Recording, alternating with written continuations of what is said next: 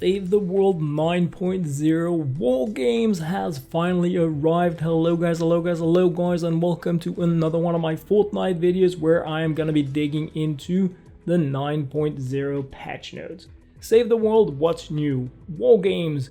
Introducing Wargames. Take part in a new and unique Storm Shield mission simulations to put your skills to the test. I'm hyped already, but we're gonna read more about that later. Tales of Beyond. Locke claims to have met a strange visitor unlike anyone or anything Homebase has ever seen. Join the hunt to find Locke's monster in Tales of Beyond. Great, that sounds like a tiny bit of an event to me, so double hype for the win. Goin Constructor on the husks with Goin comes equipped with a brand new Constructor ability.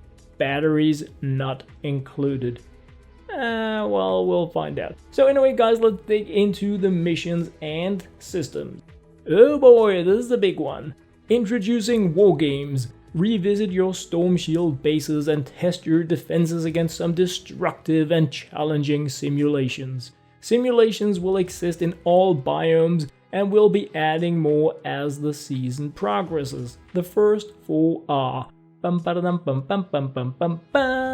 Torn apart. A tornado is wreaking havoc on your fort. The simulation causes destruction to your structures, flinging players and enemies into the air. I like that. Hotspots. Volcanic ruptures plague this simulation as lava pools sprout from the ground, damaging structures and converting enemies into the fire element. Sounds great. Denied! During the course of this simulation, more and more anomaly rifts appear around the defense point. Standing too close to these hazards will sap your energy and your health. Sounds easy, but I guess we will find out. Safety zone. With the main storm shield down, you will have to rely on portable shield generators. Stay inside one of these protective bubbles or feel the effects of the storm. Enemies will prioritize destroying the shield generators first, so keep them protected. That sounds so awesome. Woo! Each simulation requires the players to defend their base for 7 minutes. Yes! A random amplifier is then selected to defend for another 7 minutes. Collect time cheats that appear around the environment to reduce the wave timer. Wow! My main fear was 2-hour-long crazy look at trap battles, and they have thought about that. I am so hyped, but let us continue guys. Wargames ramp up the challenge by requiring another player to revive you when your health is depleted. If everyone goes down, you will fail the wargame, so if you are playing solo, you will only have 1 life to complete the simulation. I like that. If the simulations aren't challenging enough, apply one of 9 challenge modifiers for some bonus rewards. Yeah, man! These challenges include Rolling Fog. A heavy fog obstructs your sights and enemies won't appear on your minimap. Okay? Close Quarters. Enemy spawn locations appear much closer to your base. Husk Swarm. Only husks appear in this challenge, but they are at a much higher power level. No Building Zone. No building, no repairs, and no pickaxe. Wow! Heavy Explosives. Huskies explode when eliminated. Eliminate them before they get too close. Trapped Out. All of your traps are disabled and none can be placed in this challenge. Yeah! Full time. Time cheats don't appear in this simulation challenge. Surprise! The wargame simulation is randomized and will swap to a different one in the second wave. Kinda cool. Head games. Damaged enemies must be finished off with a headshot. Wow, the streamers are gonna go crazy over some of this stuff. This is amazing. The wargame's difficulty and rewards are based on the account level of the lowest player in the party and is averaged with public players that assist in your mission. This is to ensure that there is always a challenge in any Storm Shield location. That is great. Wargames steps up the challenge as more players join the mission by increasing the enemy count and enemy power level. Wow, if this is real, it's crazy. Wargames event quests. Wargames are kicked off with the Wargames Bootcamp quests. These quests will help players discover all of the aspects of playing Wargames while offering some nice rewards in the process. Learning can be fun. Each Wargame simulation type offers a one-time completion quest with rewards, event tickets, and unique banner reward to show off your accomplishment. Every Wargames challenge has a one-time completion quest which rewards event tickets. Repeatable quests are available for completing both Wargame simulations and challenges. Wow, whoa. Anyway, yeah, we gotta move on. The show must go on. Wargames daily challenge quests. Every day brings new challenges for Wargames and your Storm Shields, requiring you to complete a simulation challenge combination in a specific zone. As you progress and unlock new zones in the game, you will unlock a Wargames daily challenge slot associated with that zone for a total of 4 per day. Completing these will grant rewards such as event tickets and gold. Sounds like something we need to see in action before really understanding what it is. Storm Shield quality of life updates. When you start a Storm Shield defense or Wargames missions, your fort layout is saved. After the current Storm Shield mission concludes, your fort is restored to the saved state. This includes all structures, traps, durability placed before you start the mission. Any structures or traps that are placed after the mission starts will be cleared after the mission ends. Wow. Whoa. So you make your base setup and you never lose it. If you fail, everything is there afterwards. This is wow, mind-blowing. Wow, this is so great. Community Lookout. Enter your Storm Shield in any zone to join the Community Lookout program. Help other players defend their Storm Shields or jump into the new Wargames missions as a change of scenery. This updated matchmaking system prioritizes Storm Shield mission types. Great. Similar to Play with Others, these matchmaking options offer 20% bonus XP. They have added so many things already. Wow. Before starting a Storm Shield defense or Wargames missions, players can now opt to wait for assistance, requiring at least one other public player to join before starting the mission. Great quality of life. Great stuff. Reorganized Twine Peaks. Twine Peaks missions now follow a linear path for better readability than the previous existing structure. Added missions to each region of Twine Peaks to introduce more mission variety and to provide more mission loot rolling opportunities for players. Added at least one additional group mission per difficulty level. Reduced the frequency of experience rewards in high-end Twine Peak missions to allow other reward types to appear more often. Reduced environmental health scaling in high-end Twine Peaks to not overtake pickaxe damage scaling. So that is like pretty much what we had in the design talk a few days ago, but still good stuff. Target practice! A new secondary activity of skeet shooting is available in missions. How many clay pigeons can you shoot down? The beta storms have moved on for now, look for them to return in the future. Mission alert scheduling and quotas have been simplified, again what we had in the design chat. Mission alerts now appear on the map once per day, at the same time each day, midnight UTC. Missions themselves also refresh on the same timer.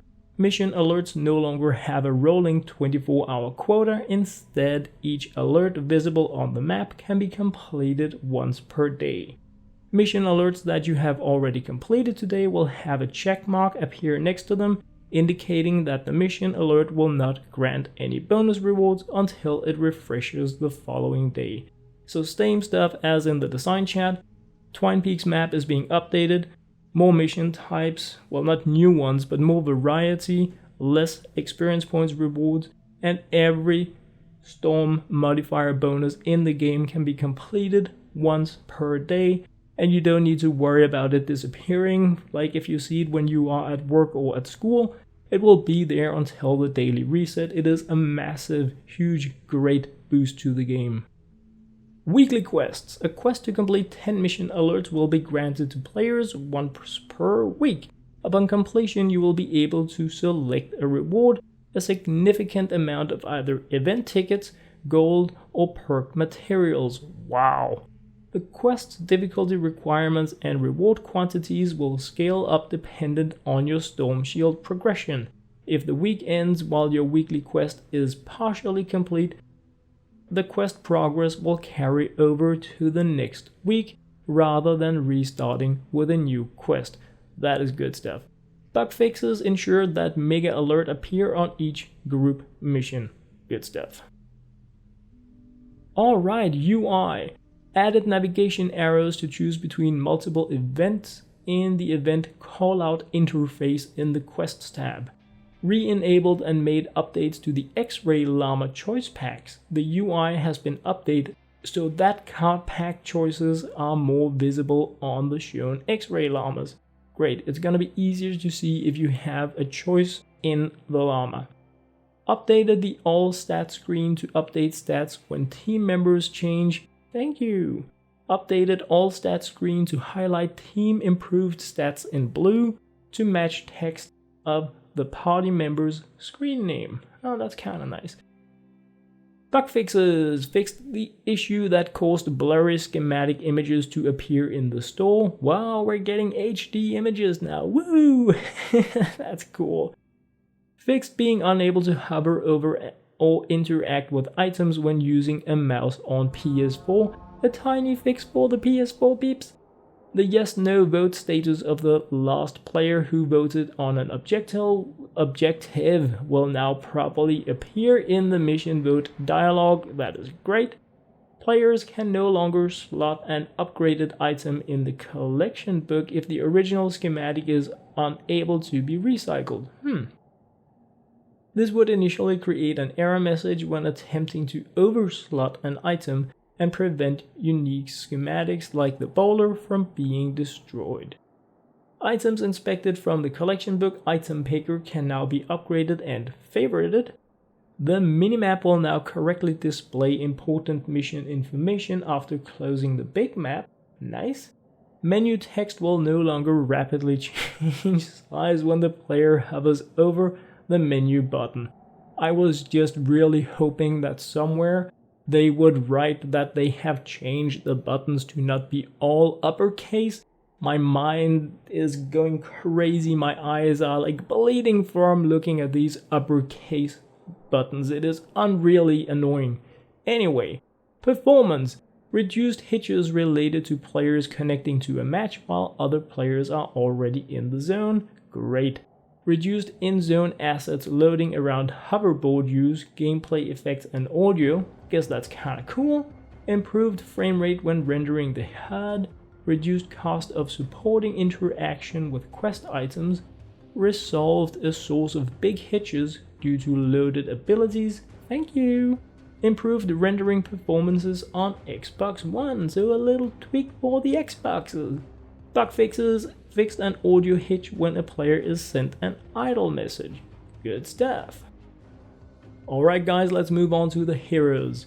We've added a new hero to the event store, Black Knight Garridan, a new mythic constructor.